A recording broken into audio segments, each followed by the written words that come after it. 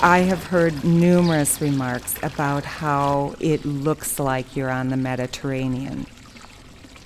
I think it projects you into another time and culture.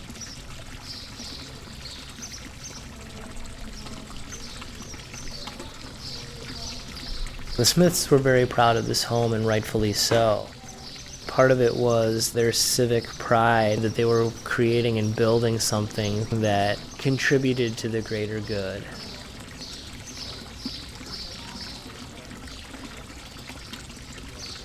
Here at the villa, you kind of want to take a stroll. You want to sit on one of the benches and experience it and take a deep breath. You're almost inhaling the surroundings into yourself.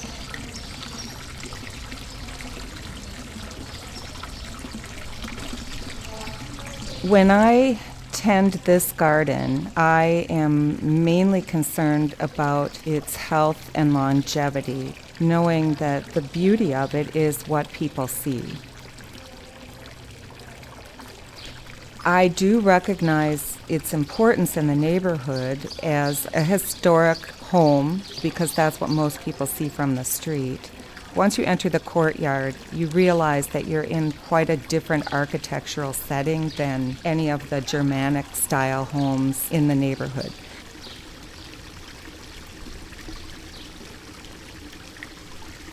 Before you even walk into the front door, you can see the lake all the way through the building. So that's almost like a magnet that pulls people through. It's almost like you're outside even when you're inside the villa.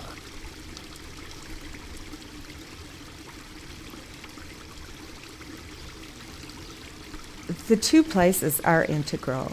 The garden was designed to enhance the villa, and the villa is the central part of the garden.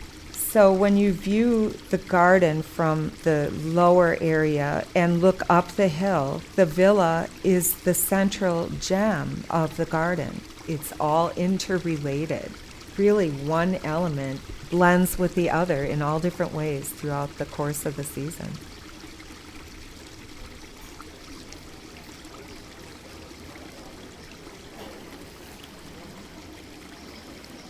We're kind of getting into a broader discussion about what we value as a city. We don't think in a decorative arts mode anymore, so all of the gargoyles and the design, the proportions of windows and doorways, and the thought about how people move around and live within the building. Have we gotten rid of all of that in our contemporary architecture, and it's really just kind of a means to an end? We've gotten to the point now where our buildings are disposable.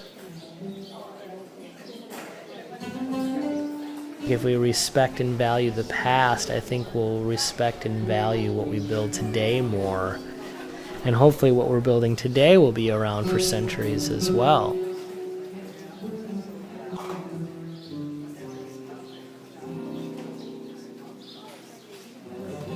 There is a white ash on the south boundary of the garden. It's a huge tree, and when it goes into color, it's yellow and red and orange at the same time. Well, there was a breeze coming from the south, and it was blowing these leaves into the center of the garden, the middle of the garden.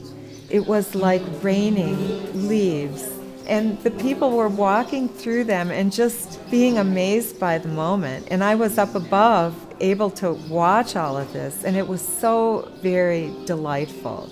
Surely it brought back other memories that they had had. It did for me.